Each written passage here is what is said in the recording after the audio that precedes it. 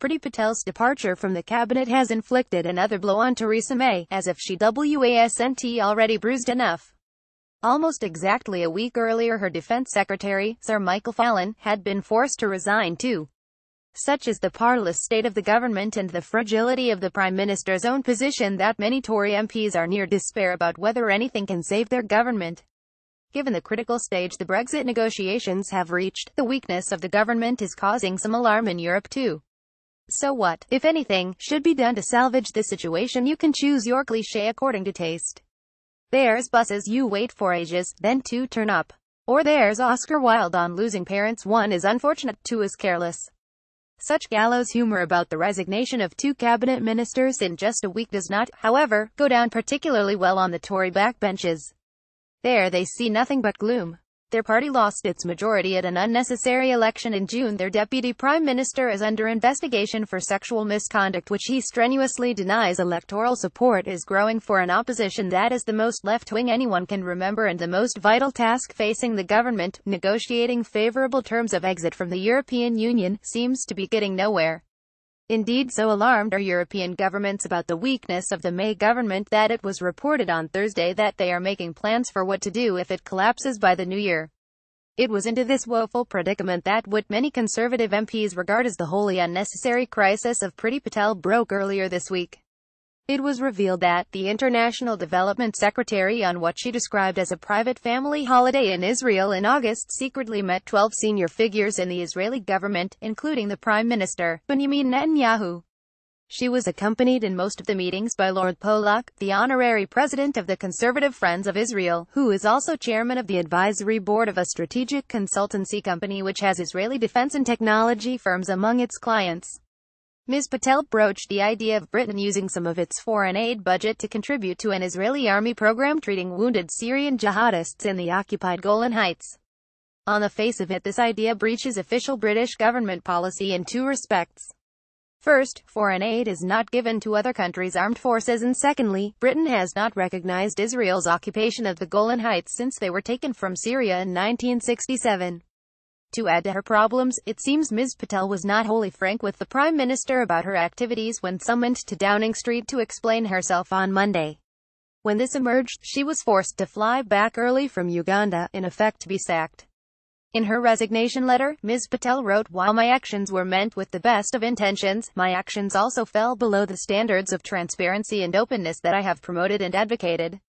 Falling below standards was also the explanation Sir Michael Fallon gave in his own resignation statement a week before, only in this case it was about standards of sexual behavior.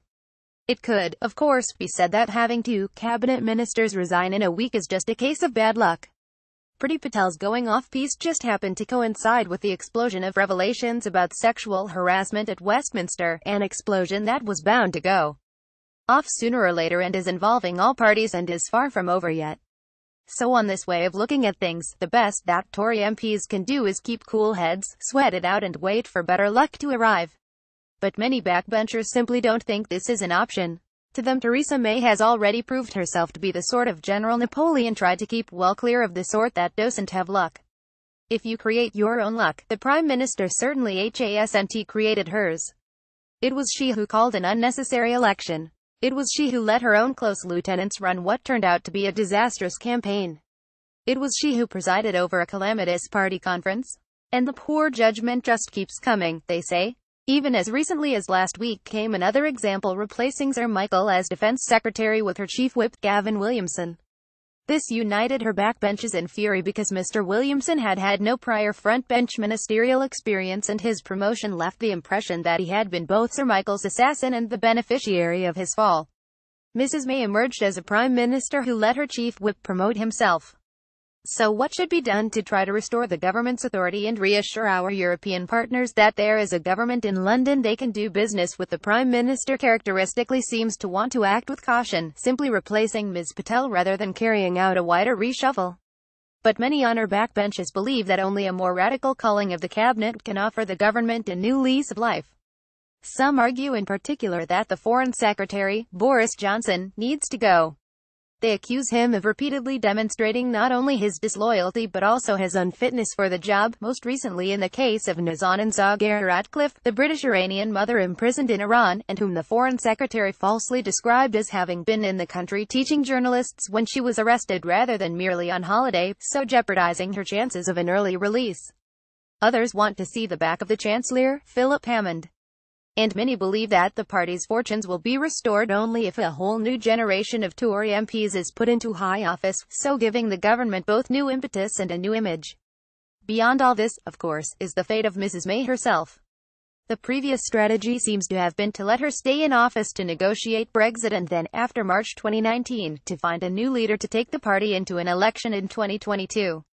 But many now wonder whether either she or the government can survive that long.